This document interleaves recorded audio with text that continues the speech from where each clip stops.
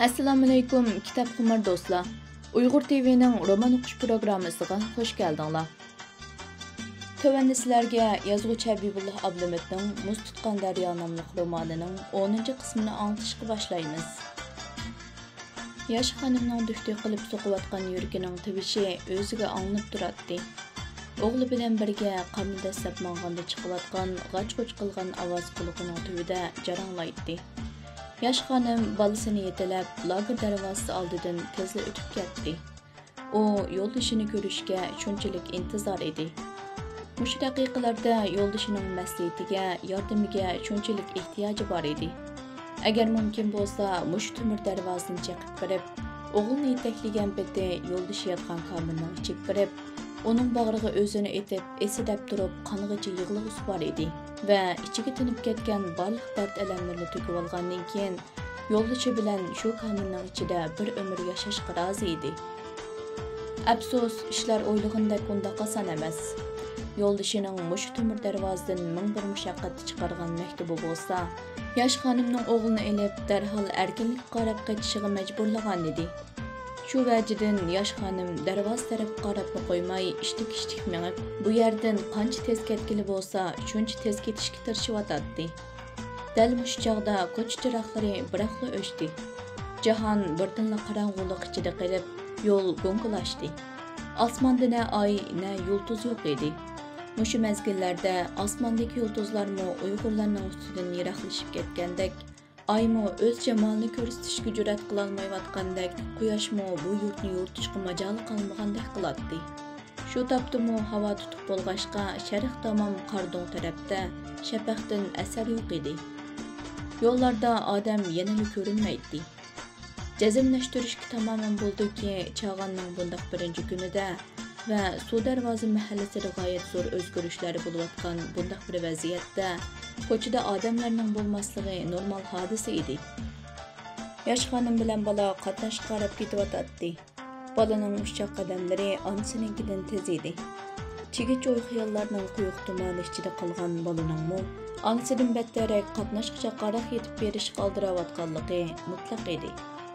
U bu safarning oxirida dadam bor deb o'ylaydi. Halbuki dadasining orqasida qolgan osh usti tikanlik simlar bilan qoplangan egiz tomning orqasida va cho'ng temir darvozaning ichida ekanligini texi bilmaydi. Faqat dadasini yiroq bir yerga o'qishga ketdi deb biladi. Darvaqa u bu yo'lchilikni dadasi o'qiyotgan yiroq yerga qarab chiqqan safar deb tushungan edi. Yosh xonim o'g'lining shundoq ma'noda so'ragan savoliga unini chiqarmay, beshini lang'ishtirib javob bergan edi. U bolasiga yolg'on so'zlashga qolmaydi. Shuning bilan birga yana rost gapni qilib, bolasining sabiy qalbini ranjitishni, irodasini so'ndirib, umidining yo'qolishiga sababkor bo'lib qolishga ro'yi bormaydi. Dal mushu vajidan o'g'lining dadasini ko'rish istagining turkisida o'ziga itoatmanlik bilan bo'ysunib, butun vujudi bilan bu safarga ishonch bog'lab, ardim-taldim demay o'zi bilan birga ketayotganligidan olamcha rozi va hatto o'g'lining ruhiy holatidan ilhom olayotgan edi. Yosh xonimning sovuq tongda bundoq bir safarga chiqishining o'zimi mush sabiy o'g'lining kelgusi uchun edi. U endi yo'ldashining och usti tikanlik simlar bilan to'ralgan egizton va cho'ng temir darvoza ichidan ming bir mushaqqatni chiqargan maktubining mazmunini yodiga oldi. Maktub bundoq jumlalar bilan boshlangan edi. Dunyoda erkinlikdan battar qutlug' narsa bormi? Gulim, sen meni haqiqatan yaxshi ko'radigan bo'lsang, meni saqlama. Söymək sabr bilan saqlash bo'lmasdan, balki jasorat bilan bir ish qilmoqdir. Shu vajidan sen mening uchun, o'g'limiz uchun, o'zing uchun va millatimiz uchun bir ish qil. Sen qiladigan ushbu ish bo'lsa, erkinlikka qarab qochishdir.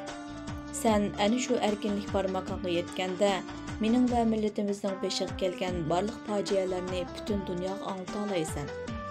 Butun jahon navbatdagi bizning ustimizdagi zulmni bilsa, cho'qim biz uchun bir ish qiladi. O çağda senin qilgan ajring meva bergan bo'ladi. Gülüm, muhabbat va so'ygu degan mana mushu. Biz o'g'limizning erkinligidan mahrum qilishga qarab tura olmaymiz. Bolalarning erkinligi faqat va faqatla o'ziga mas'ul. O'zidan boshqa qanday bir kuch bu erkinlikni bolalarning ilkidan tortib olish haqqi yo'q. Gerçi men öz erkinligimden mahrum kalgan bir mahkum bolsammo ve bunundan qutuluşqa çaresiz bolsammo, biroq sizlarning beşinglarga, mening beşimga kelgan kunning kelib qolishiga çaresiz qarab o'tira olmayman. Mush sebepten canımni tikib bolsamo, seni ve o'g'limni qo'g'dashga majburman. O'g'limning kelajagi sening ilkingda. Sizlar xotirjam normal bir hayotga erishsanglar, men o'lib ketsammo ko'zim orqada qolmaydi. O'g'lim bu dunyoga erkin kelgan ve dünyadaki barliq bolalardek onunla erkin o'sishga, erkin bir hayotni kechirishga haqqi bor. Dunyodagi hech qanday bir kuchning o'g'limning erkinligiga tajovuz qilish haqqi yo'q. Bununla sen ve men yo'l qo'ymasligimiz lozim. Mush vajidan sen o'g'limni elib bu yerdan darhol ketishing kerak. Ketadigan yer qancha yiroq bo'lsa, shuncha yaxshi. Ash qochib borgan joyingda cho'qim erkinlik bo'lishi kerak. Demek sen o'g'limni elib erkinlik qarab qochishing mutlaq shart. Shu munosabat bilan bu maktubni tavakkul qilib sana yetkazish ko'rindim. Maktub qo'lingga tekkan hamon barliq iqtisodni elib o'g'limni elib qoch. Sen qanday qochishni mendan obdan bilasan. Zaten bizning ajdodlarimiz g'arbdan sharqqa, sharqdan g'arbga qochib ta bugungacha o'z mavjudligini saqlab qolgan. Sening bovang bu ishlarni obdan biladi. Sening bu yo'ling haqiqatan xatarlik. Lekin xatarlik deb tavakkulchilik qilmay o'limni kutib jim o'tirishga bo'lmaydi. Har bir odam o'z erkinligini va hayotni qo'g'dash uchun tavakkulchilik qilishga haqliq. Arkasından qo'g'lab kelayotgan dushmanlardan qochib, ya o'lim, ya ko'rim deb o'zini qiyodan atgan odamni o'zini o'ltirib oldi deb ayblasak bo'lamdi.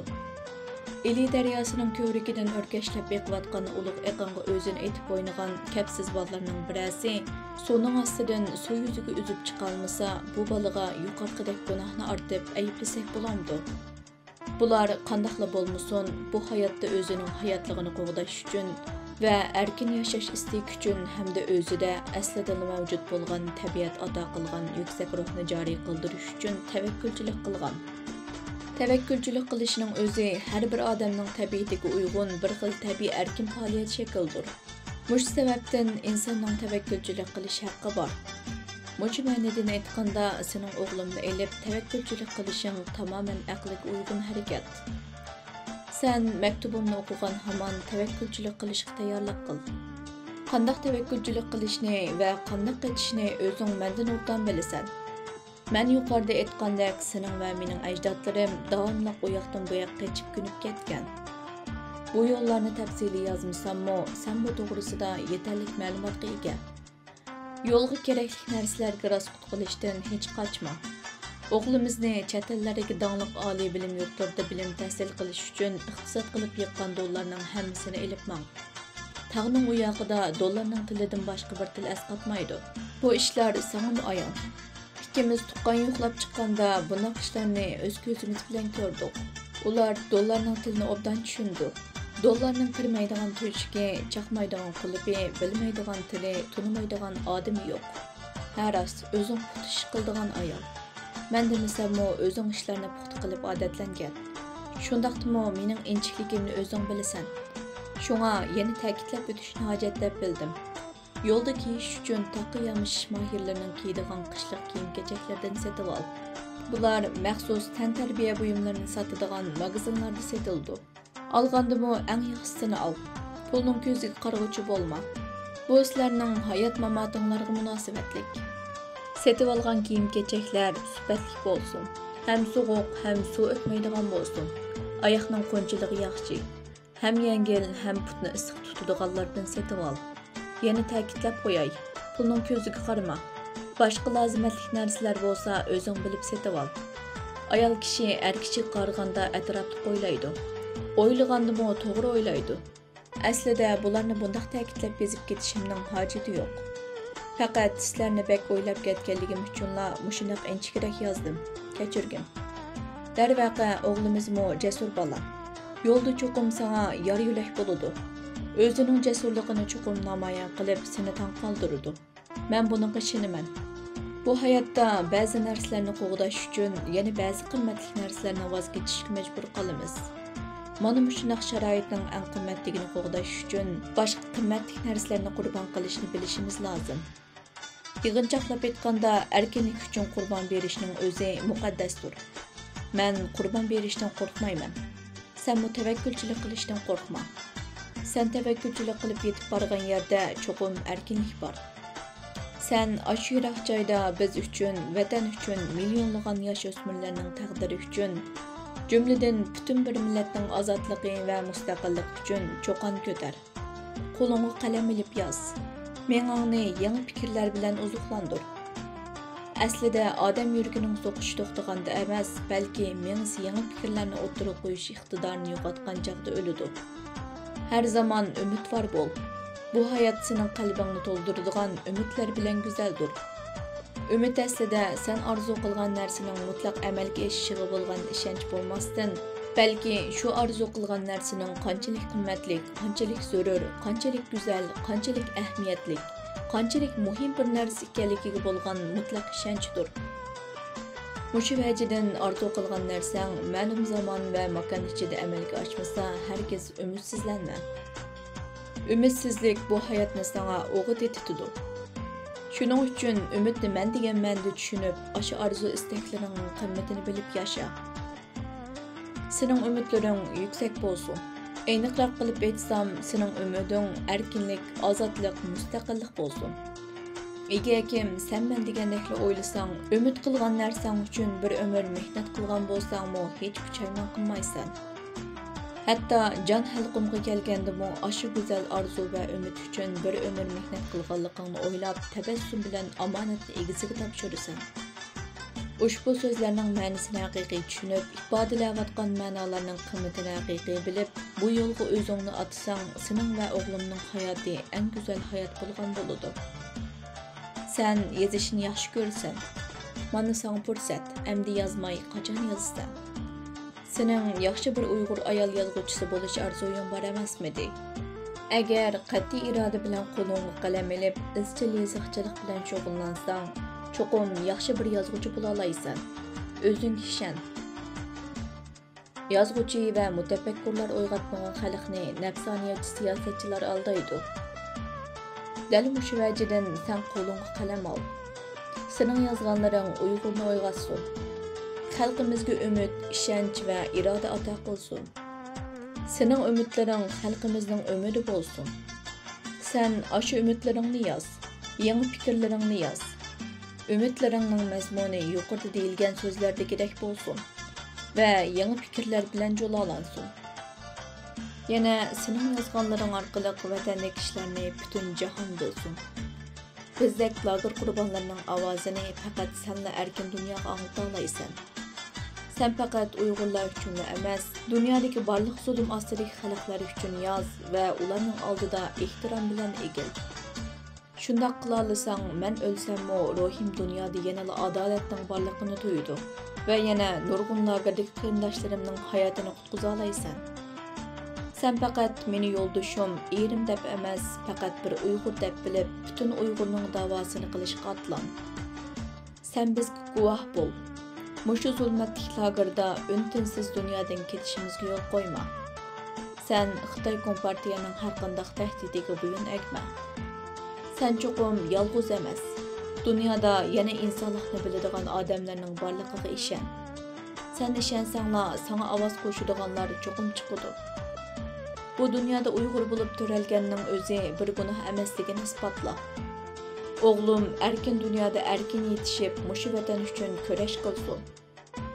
Navoda sen erkinlikka qarab qochmasang, o'zingning va o'g'limizning erkinligini rad qilib qolmasdan, balki butun bir millatning erkinligini rad qilgan bo'lasan.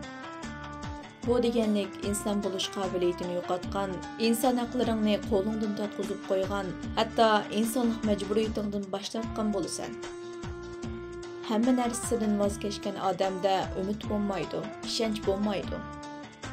Vaholanki men hamma narsadan voz kechgan bo'lsam-mu, o'g'limning erkinligidan voz kechmadim. Uning uchun umidimni va ishonchamni texi yo'qotmadim. Sana bo'lgan ishoncham shunchalik yuksakki, cho'qim umidimni yerda qo'ymaysan. Cho'qim o'g'limni erkinlikka muyassar qilasan. Eng oxirida yana ta'kidlaymanki, tavakkulchilik qil. Ulug' Parvardigor yo'linglarni ochiq qilsin. Qiyinchilikqa yo'liqqanda mo'jizalar bilan sizlarga yo'l ko'rsatsin. Meni qalbingda mangu saqla. O'g'limga men to'g'riliq ko'p so'zlab ber. O'g'il bola degan dadasini andis qiladi. U meningdan faxrlansin. Yosh xonim maktubdagi mazmunlarni aslab, ko'ziga yosh oldi va qalbidagi tragediya tusidagi ham illiq, ham muhabbatlik mayin to'lqinni umrida tunji qatim his qilgandek bo'ldi.